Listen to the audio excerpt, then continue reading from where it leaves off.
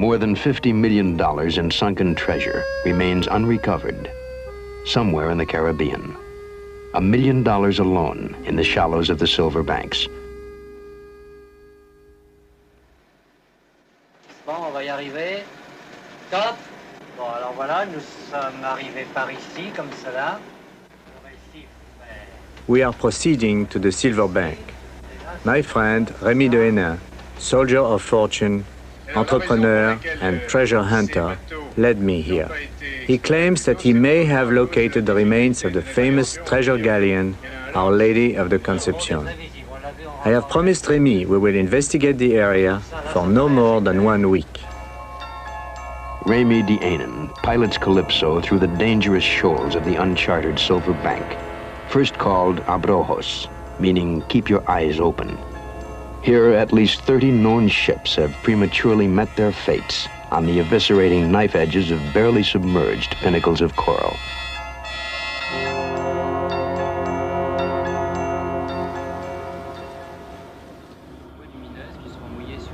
Captain Caillard carefully reviews with Sirot the final treacherous approach to the location Rémi has charted. The ship's launch sets out to mark the narrow channel with sea buoys. They will serve to guide the helmsman to a safe anchorage, hopefully within yards of the long-lost treasure galleon.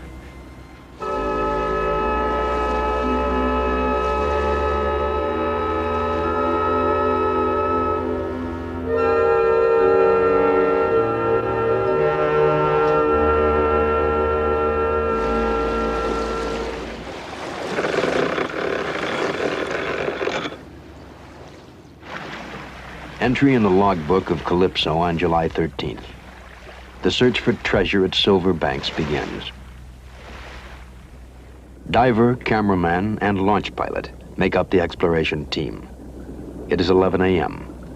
The sun is bright. The water clear for the 50 feet to the bottom of the reef. Near the surface, on the windward side of reefs, coral can grow at the rate of 1/2 inch a year. It is conceivable then that in the 327 years since the sinking of Nuestra Señora, 10 to 12 feet of coral may have forever sealed up the vessel. Therefore, I have asked Delmotte to concentrate his search on the desolate leeward side of the reef. Here, coral will only flourish if it can attach itself to foreign objects. For nearly an hour, the launch tows Delmotte through the silent depths of the Spanish Main. On board Calypso, Cousteau, Rémi, and the crew and divers await the first report. But all is negative.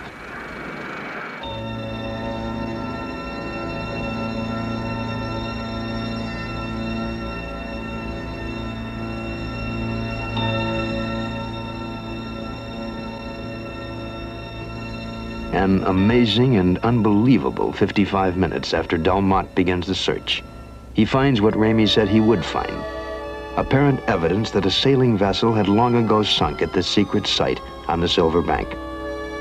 It is a ship's cannon, similar to the armament once used to defend the galleons of the Spanish treasure armadas.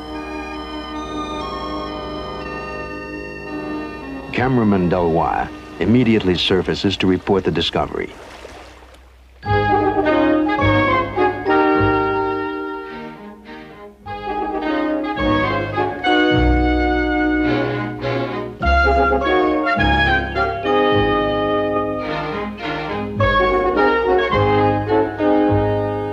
Cousteau decides to personally explore the discovery site to evaluate Delmotte's almost uncannily quick find of the ancient cannon.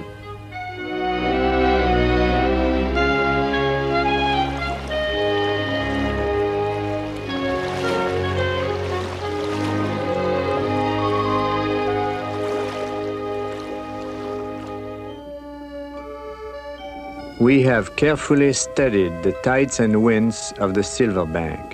Once below, Rémi and I sense almost immediately the direction in which the wreck must have been moving before striking the reef.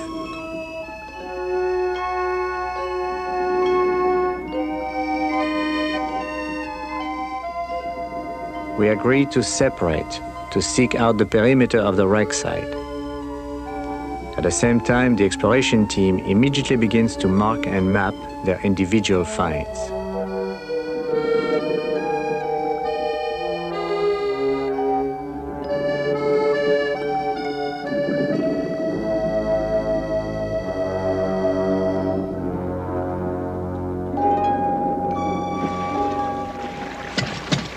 Topside, the launch crew cranks to life a fire pump attached to a water jet. The diving team immediately begins a preliminary clearing of sand and silt. Cousteau logically hopes to discover fragments of the ship's timbers, which will help him to accurately identify the wreck.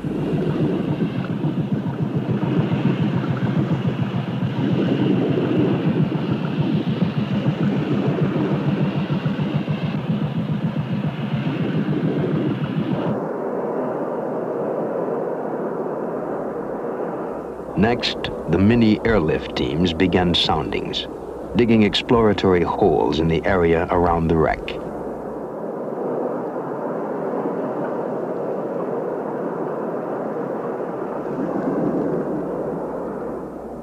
The team hopes to produce evidence which will aid Cousteau in solving the first mystery, to determine the perimeter of the collapsed galleon. In the meantime, the mooring crew uses the jagged coral teeth of the deadly reef head to secure Calypso. Ramey, anxious to find corroborating proof that the wreck is definitely the treasure galleon, continues his search just below the crown of the reef.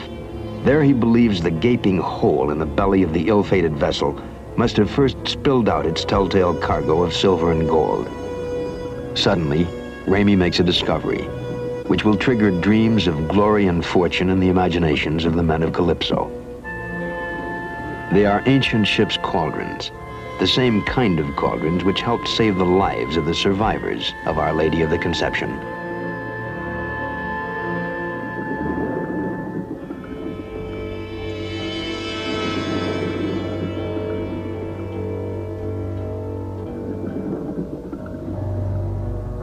According to the sketchy accounts given by some of the survivors of the treasure galleon, the night of the crash brought forth an ingenuity born of desperation. Huge cooking cauldrons were hauled from the settling ship onto the reef head, submerged in knee-deep water. The discovery of the cauldrons brings ghostly images to the imagination of the men of Calypso. The panicky gathering of broken ship's timbers and food supplies. The first terror-filled nights when signal fires were kept ablaze in the cauldrons. The hopelessness before the survivors rafted off to rescue or oblivion. Ramey's discovery of the cauldrons had given us cause to excavate the wreck site. I knew I could not disappoint my old friend and the excited divers and crew of Calypso.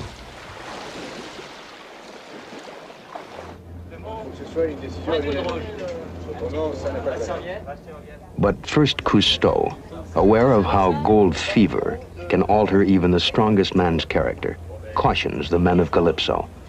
Excavating the wreck site will take relentless and backbreaking labor. The wreck may or may not be the treasure galleon. They must also agree in advance on how to divide the spoils if they should discover treasure or other artifacts of value. He has put the undersea gamble to a vote. Each man in his own way awaits the outcome of the secret ballot.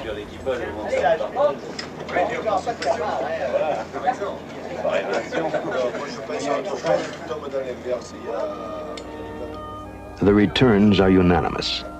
For the first time in the long voyage of the research vessel Calypso, the men and divers will hunt for sunken treasure.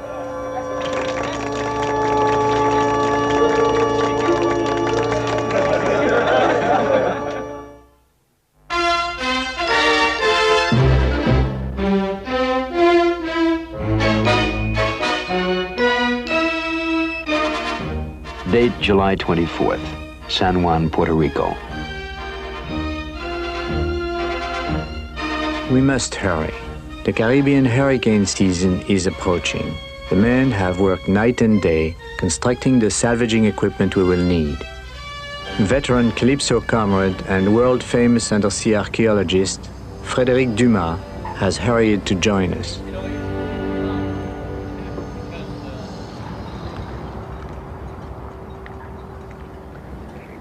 Another treasure hunter preceded Calypso to the site of the Nuestra Señora by almost 300 years. They were under the command of a Yankee adventurer, William Phipps.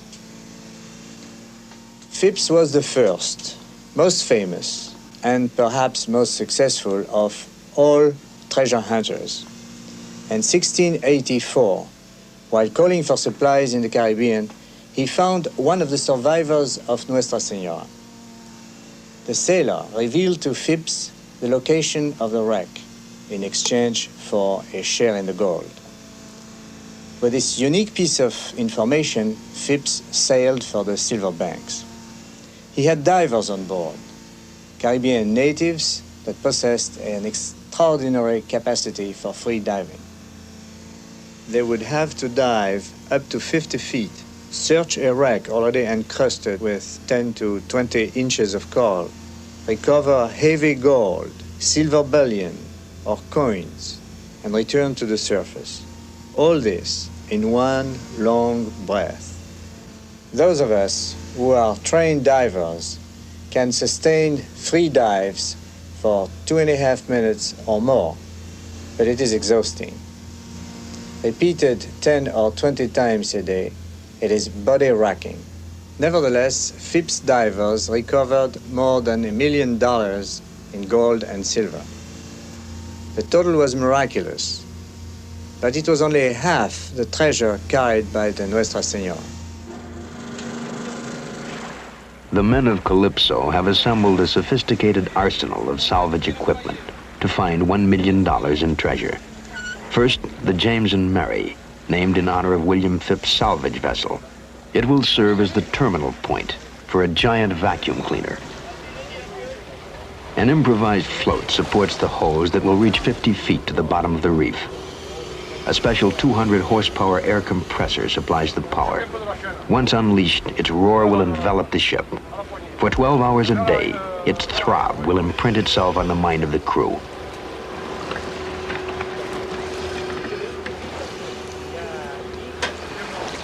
Through the airlift pipe will pass 50 tons of water an hour and 5 tons of sand, silt, and coral debris. All this must be swept aside to expose the wreck.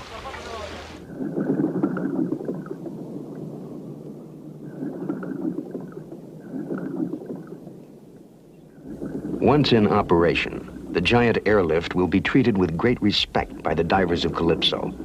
It is so powerful it can suck up a man's arm. The airlift could literally suck out a man's blood through his skin.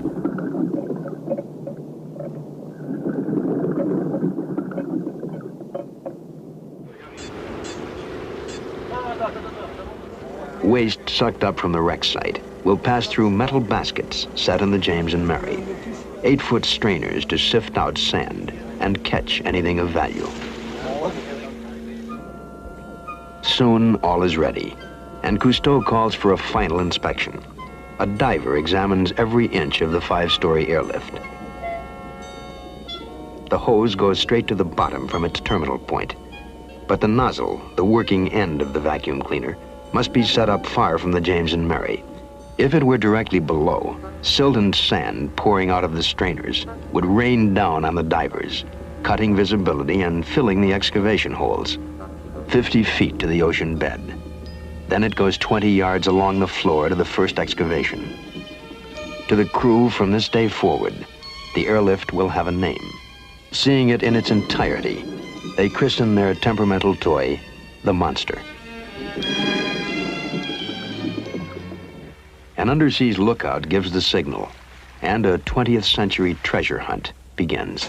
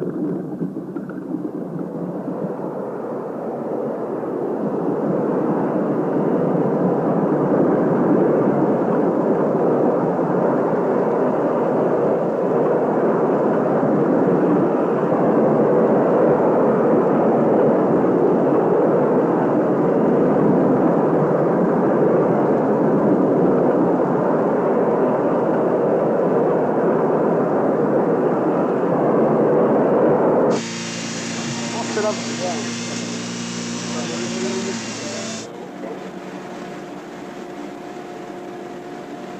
I have the impression that the suction pipe with a long flexible hose based on the principle of an airlift works pretty well.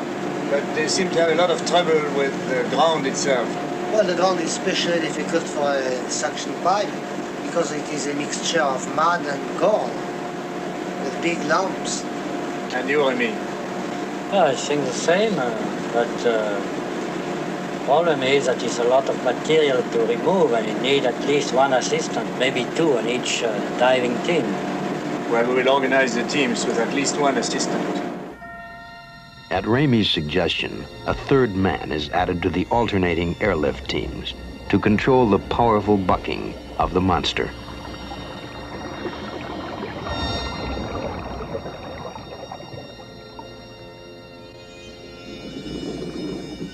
Relief divers exchange their footgear for scissored-off fins, which are used as boots by the excavators.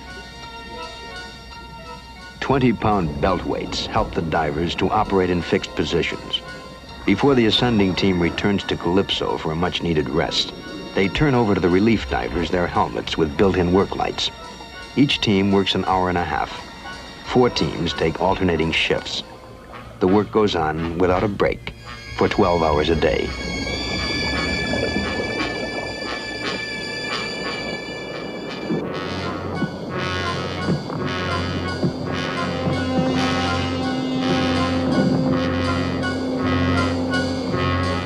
Medium-sized pieces of material create new problems.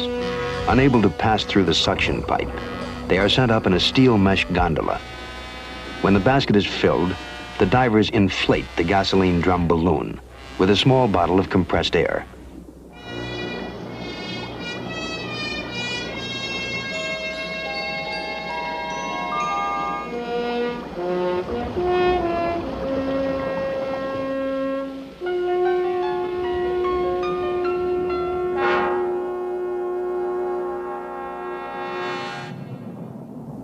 While the airlift teams have been working on the level areas of the wreck site, another team has devised a method of bringing on board Calypso mysterious ton-heavy chunks of coral which stud the recovery area.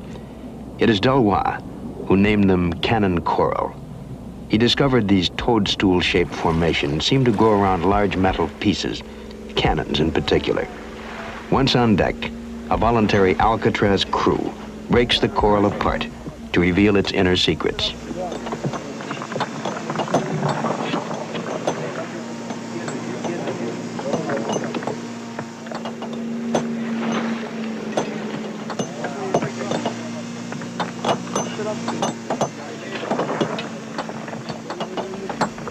Tons of coral produce nothing, but large or small, every piece of coral brought up from the wreck site must be opened up. Even the smallest piece of coral could contain a fortune in pieces of 8 or precious gems.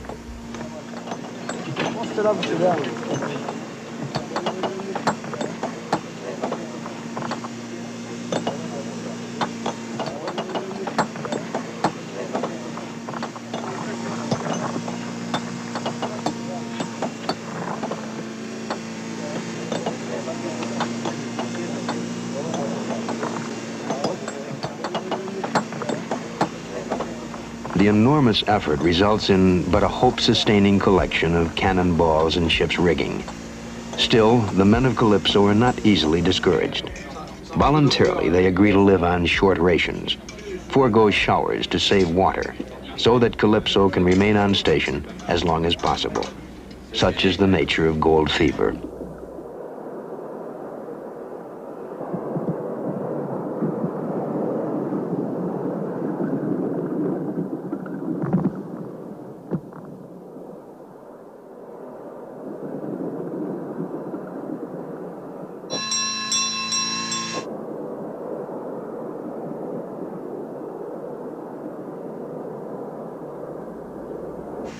The first important aspect of hunting for sunken treasure is to minutely examine the few and mostly fragmentary remains at a wreck site for clues which will conclusively identify the age, nationality, and hopefully the name of the suspected treasure vessel.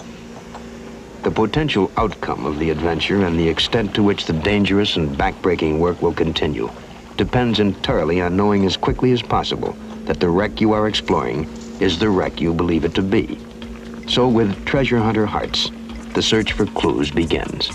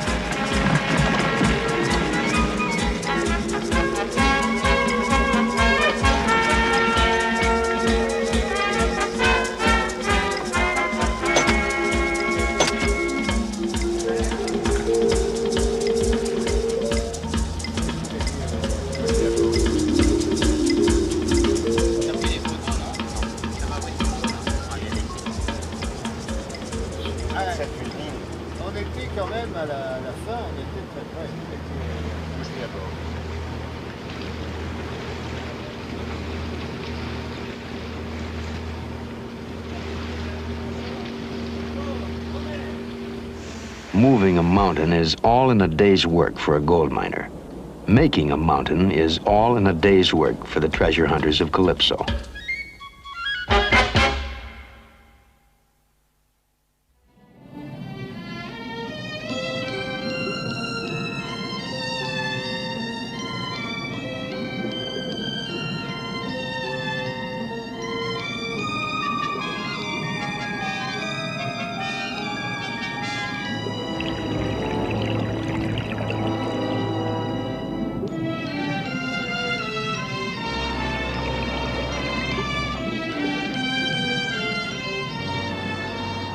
After 17 days of searching the wreck site, we still have not confirmed the identity of the sunken vessel, but we have provided some unexpected benefits to the inhabitants of the reef.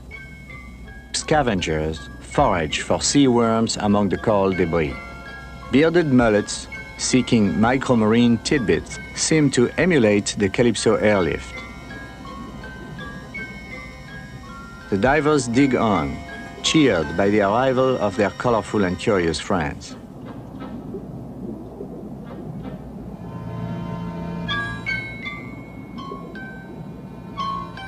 Inadvertently, we dislodge tasty morsels from their hiding places.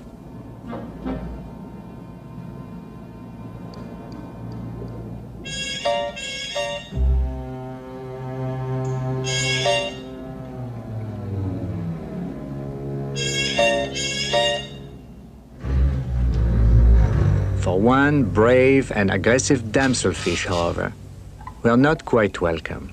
Our presence in her territory has lured a host of unwanted guests.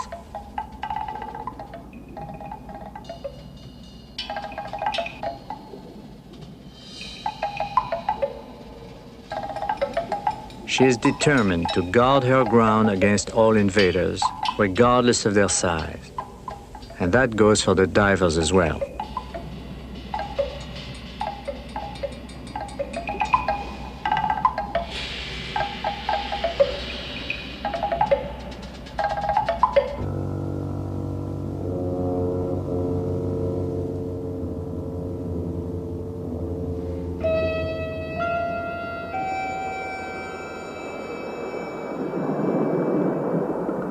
August 3rd. The deep-digging monster reveals the first important artifact. It is a kind of pottery, normally carried by sailing vessels outward bound from the New World.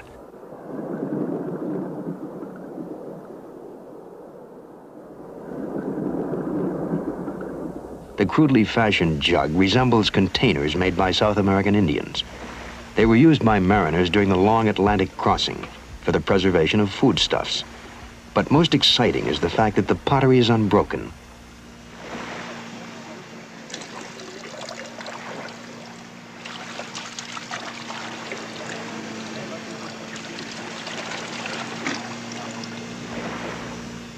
Inside the still stoppered jug are small vertebrae, a sign that the jug had been used for preserving fish.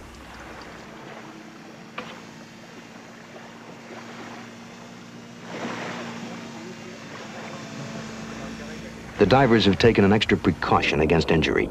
Brightly colored gloves serve as warning flags to the airlift operator. The excavators next turn up a syringe, commonly found in the pharmacies of the more sophisticated sailing vessels, such as the Spanish treasure galleons.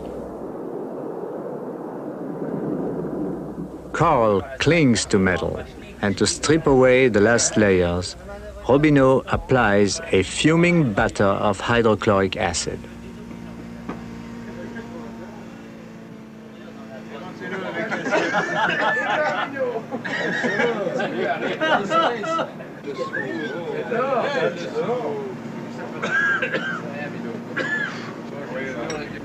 The best comes last, a metal plate. Often on treasure ships, the table service was made of silver. All of us wait for the acid to reveal a bright and shining surface.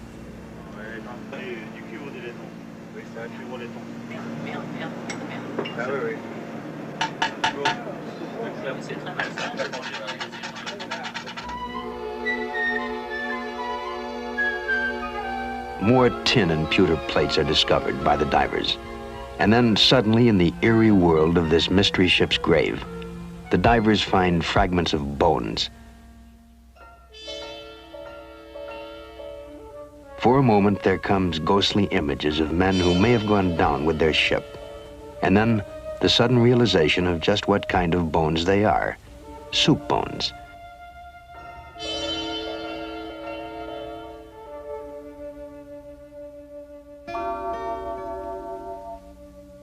Berdau is digging here near this gun and is finding remains of the kitchen and heaps of ox bones and pork bones. So we probably are near the galley in the forecastle. What do you think, Lenny? Well, it's quite true. The galley and the ship stores were the forecastle. But part of the forecastle and part of the deck might have collapsed on one side. So to find the real hull, we have to dig across to find the heavy timbers. Yes.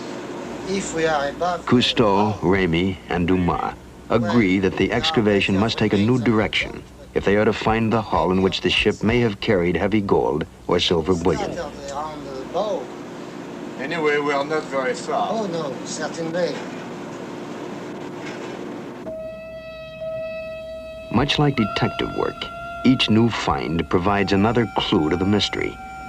Time after time, the excavators unearth stacks of fragile cups and bowls completely intact. They are set inside each other as if they had been packed in cargo crates. Based on this evidence, Dumas will set forth a theory. He believes the ship settled on her side when she went down. The crates, he speculates, must have been stored on deck.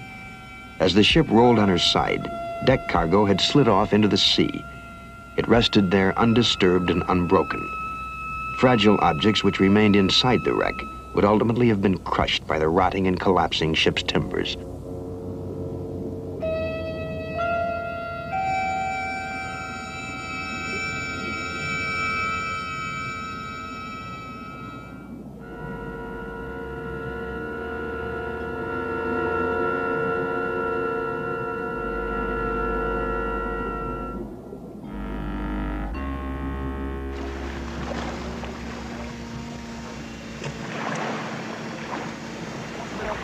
As the divers bring the fragile cups and bowls aboard Calypso, we are again stimulated in our labors. The delicate tableware appears at first to be genuine Chinese porcelain, worth a fortune. We recall that at the height of the Spanish treasure armadas, galleons from the Philippines would transfer cargoes of Chinese porcelain to ships bound for Spain. Now we have porcelain. Next, obviously, we must find gold.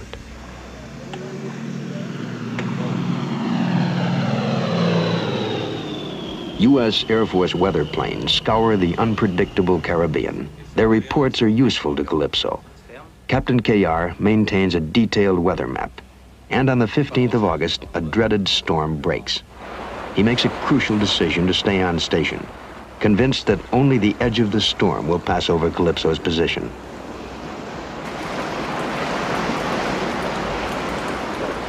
The divers celebrate their first work break in 15 days by luxuriating their salt-sore bodies in the cool freshness of the tropical rain. For several days preceding the storm, the excavators had unearthed no new artifacts. Cousteau and Dumas inspect the cross-section trenches carved by the divers to the apparent perimeter of the wreck. The operation area is empty, save for the remnant planks of the ship's hull exposed by the digging. Cousteau now sees that the wreck is not a whole ship, only the forward third, where the galley had probably been located. Convinced that his theory is right, he signals to Dumas his belief that the ship had broken in two when it crashed on the reef.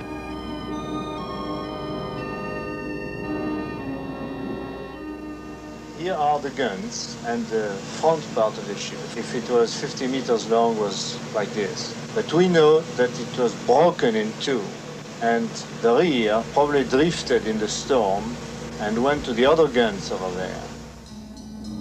An excavating team with the portable and self-contained airlift immediately begins to explore a new site. Here, Cousteau believes the other portion of the collapsed wreck may be hidden under the drifting silt. As our divers begin work on the new site, I sense there is something new in their hearts. It is neither dreams of glory or fortune. Rather, it is an ironic humor and a professional determination to wrest the secret identity of this ancient wreck from the venerable but inexorable sea.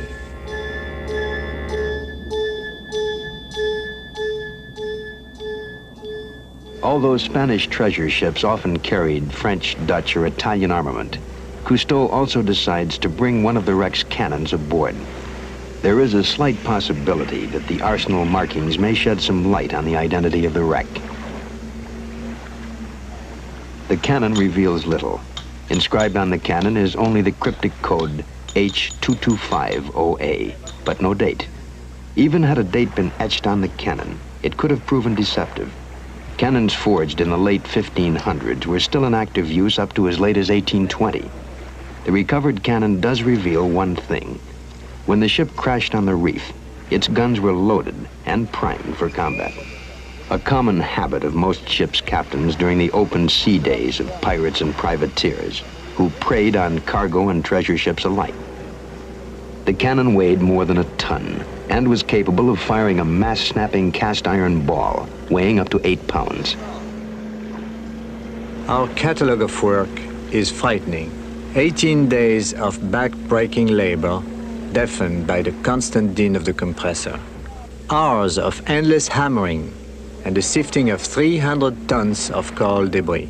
For all our effort, we have a deck cluttered by pottery of questionable worth, a cannon, and some cannonballs. In purely economic details, mad expenditures. In terms of human effort, incalculable output of energy.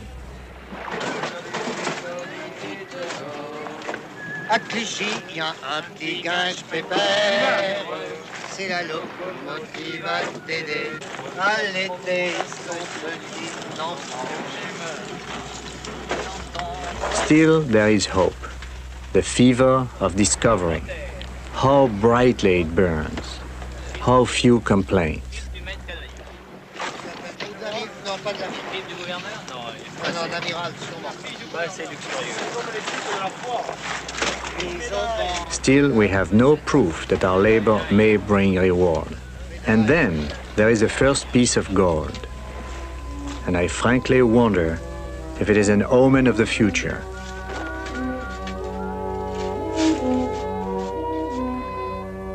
A gold medal of Saint Francis of Assisi, patron saint of the poor.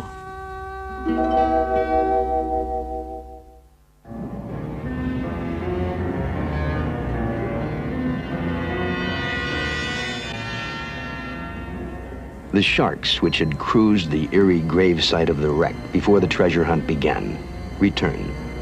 Perhaps they have returned because in some primeval way, they sense the time has come for Calypso to depart the Silverbanks. But to veterans of the Red Sea expeditions, the sharks are simply another variety of fish.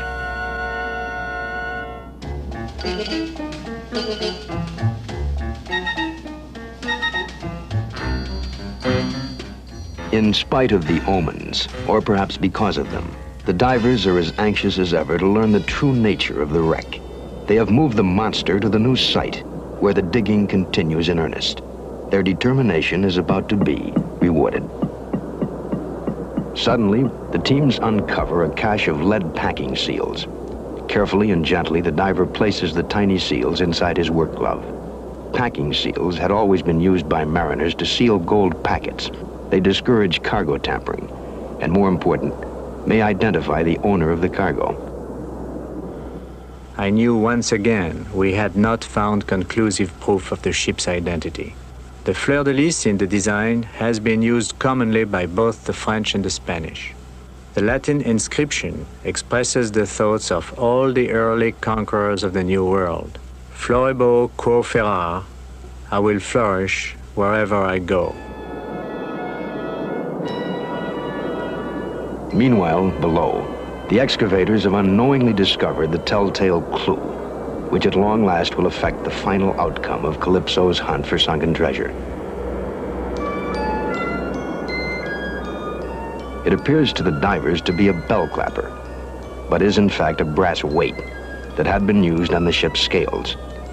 In the century when the weight was used, the boards of trade of the various European maritime nations would check the honesty of the ship's weights every 5 years and inscribe on the weights the last date of inspection.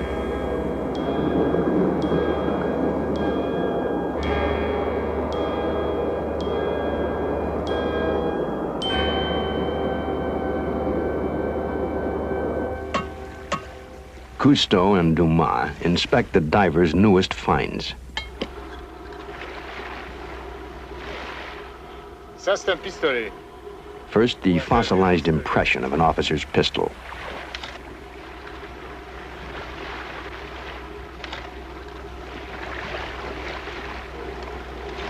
Tu vois un fusil. S'il y a la... Pour être bien, il y a une crosse. Pourquoi il y a des pointes sur cette petite cuillère? Qu'est-ce que c'est ce truc-là, Didi? Des cuillères avec des excroissances. And then a mold the ship's silversmith had probably used on board to manufacture spoons. Ça, c'est une garde d'épée. Next was the remains of a handguard for a sword. And finally, the brass weight from the ship's scales.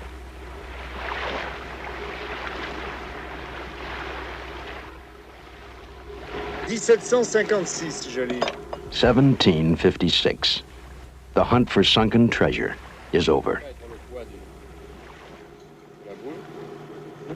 We found this scale weight, and we know, because of the date inscribed on it, that the ship we're working on is at least a century younger than the galleon we hope to find.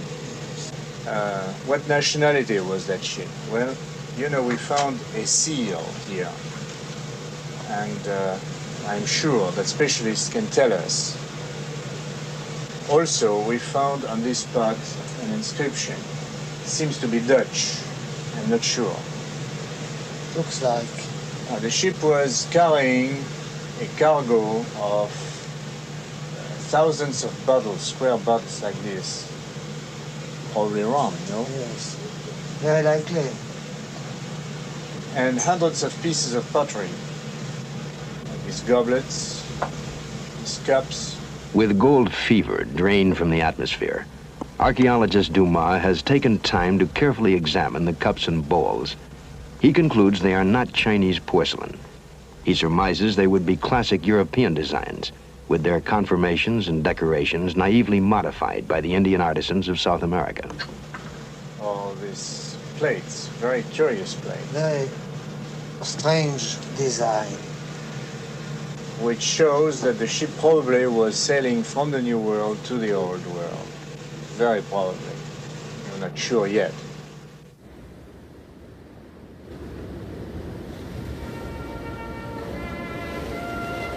August 25, 5:45 in the morning. The ship is still asleep. I feel strangely alone. My equipment feels lighter than usual.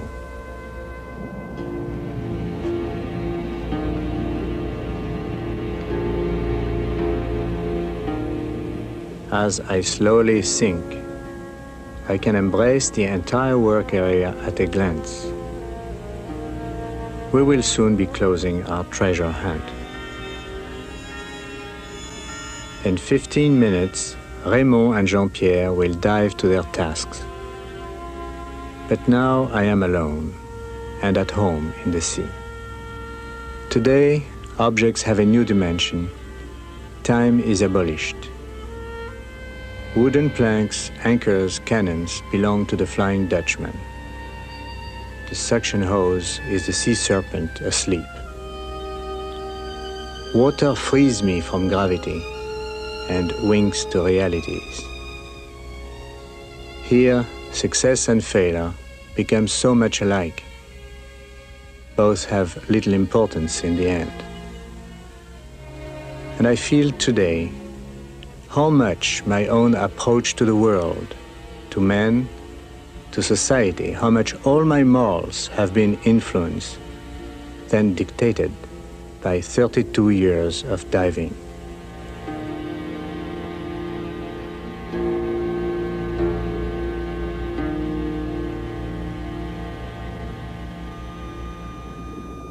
When men hunt for sunken treasure, they will always discover something. Sometimes the treasure, sometimes not. But whatever happens, they will surely discover something they never knew before about themselves. As men, it is revealed more in their eyes than in their words. Eh bien, j'aurais acheté de la terre, beaucoup de terre, des collines, des arbres, un ruisseau, peut-être une vieille maison. En fait, j'y ai jamais vraiment pensé, jamais vraiment cru qu'on pourrait trouver un trésor. Ça me semblait quelque chose d'un peu... J'espérais qu'on ne soit pas venu ici pour rien. Mais, enfin, sérieusement, j'y croyais pas tellement. Je suis comme Saint Thomas, moi. Il faut me montrer, après je crois. Ah oui, j'ai toujours une bête de car, moi. Je l'aurais bien employé, mais on l'a pas, mais tant pis.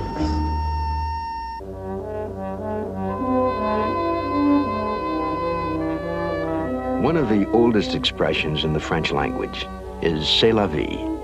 That's life. Casually tossed off, the expression is deeply profound and at the same time ironic.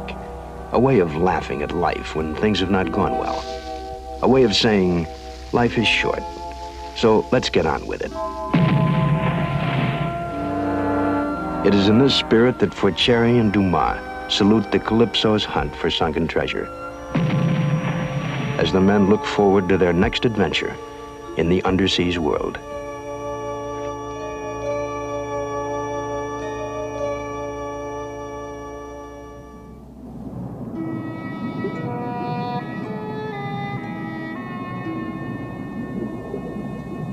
The ways of the sea, the ways of sunken treasure hunters are as certain as the sunrise.